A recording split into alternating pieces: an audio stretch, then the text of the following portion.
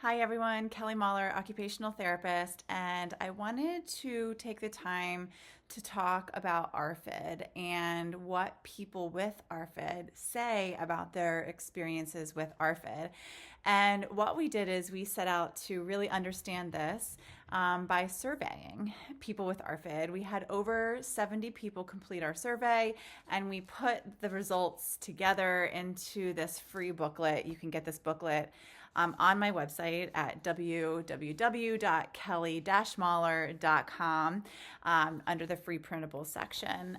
You can download this and check it out for yourself. We talked a lot more about the survey results in our ARFID course that we just did, part 2. I did with my friend and colleague Noreen Hunani, who is a registered dietitian. She's also neurodivergent.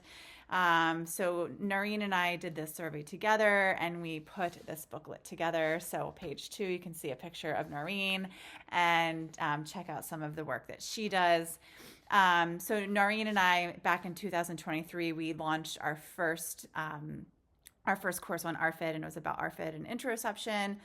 And really received so many messages from the ARFID community, people that identify as having ARFID, and just explaining how validating our course was about really capturing their internal experiences. And Noreen and I got to talking and, really digging deep into a lot of the injustices that people with ARFID face on a daily basis, many times not being believed about their experience with what they're reporting.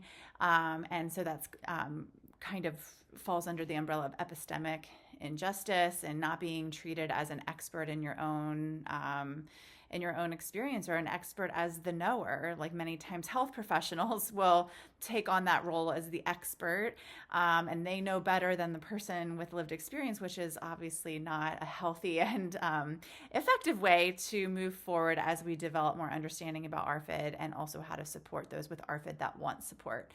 And so because of this, we set out to really ask people what their experiences are like.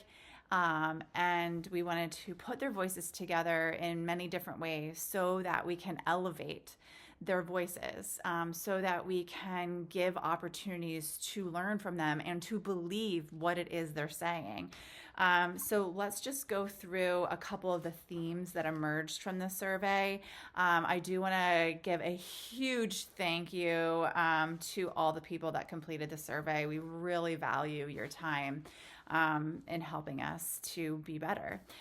Okay, so the number one theme, or not the number one, but number one theme I wanted to talk about here is in the survey, many participants talked about how their experience is misunderstood. There's a lot of ableism involved in their experiences, and overlooked health connections as well.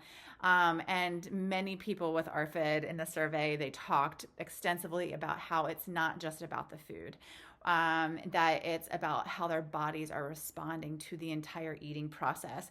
83% of people in the survey described a painful experience in relation to eating, whether it's things like reflux or bloating or jaw pain. Someone was talking about gastroparesis, migraines, so many different things that they were reporting.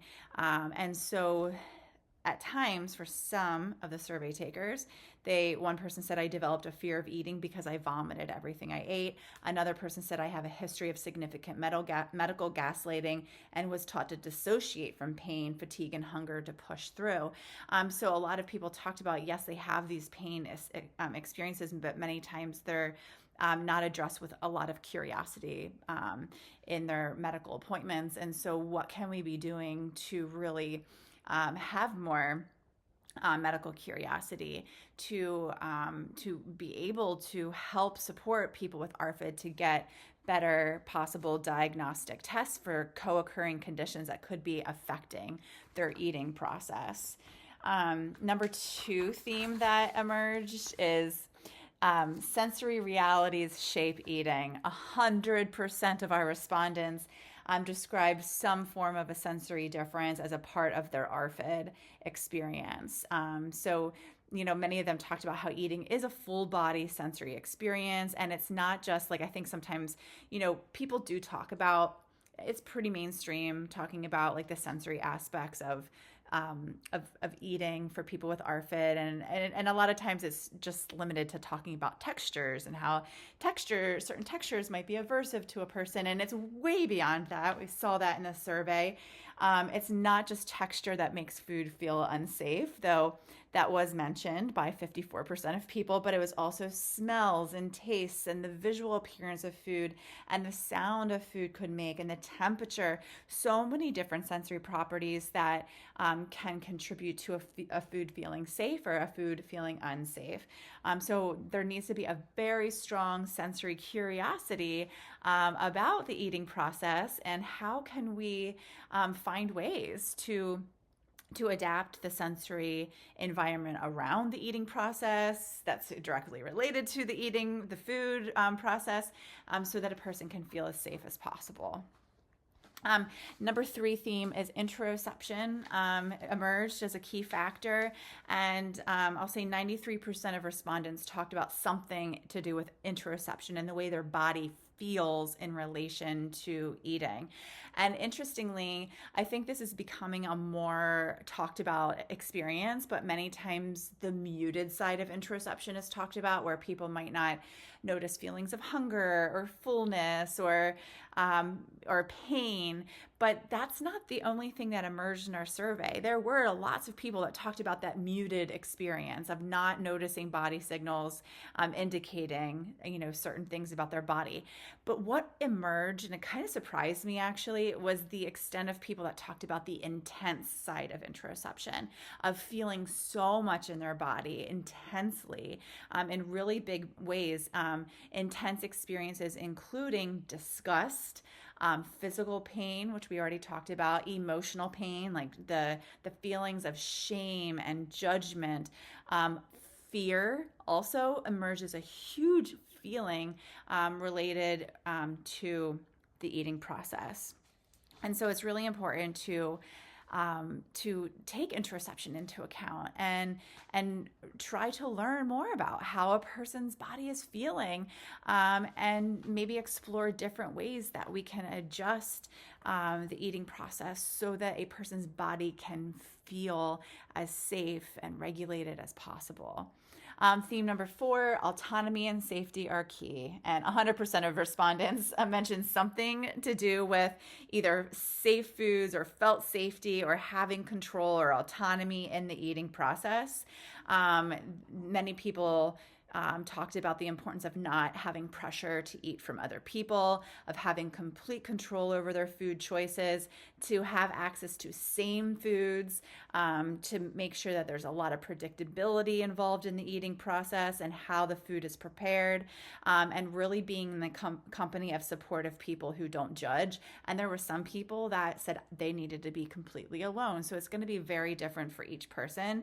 But that felt safety is the key, mentioned by most people, to supporting ARFID. And if you think about many of the ARFID approaches that have historically been used, they are not rooted in felt safety. They are not rooted in giving someone control and autonomy over their choices or acknowledging the fact that sameness and predictability are key. They are many times the opposite of that, of coercing a person to eat a certain food in order to get a reinforcer, or to slowly expose them to just stressful sensations and experiences to help them build tolerance. I mean, that none of that is rooted in felt safety, and that is what people are saying over and over again. In order to successfully and effectively be able to explore and maybe gently expand food options, they have to feel safe first. And then finally, number 5, there was a lot of guidance that were offered for professionals of what helps and what hurts. And we found this to be really, really a key of the survey, this advice that people with ARFID are offering us. And so what was really very consistent across the survey was that support has to be curious. Like, so we are seeking to understand each person's inner experience, how their body is feeling and responding to various aspects. And it really needs to be validating. We need to believe what they're telling us. And we really need to shift away from this notion of fixing. And I'm using quotes here, fixing ARFID. That's not the case at all. It's about understanding a person's experience and supporting that experience. So people just really want to be believed and respected and validated. I mean, that's a human need. And people with ARFID are no different. Many people said this is way more than picky eating. It is a nervous system response to food and the situations surrounding that. So we really need some shifts here in the way we support. And hopefully this booklet is a really great start. So if you want to download it for free on my website, www.kelly-mahler.com, under the free printable section. Until next time.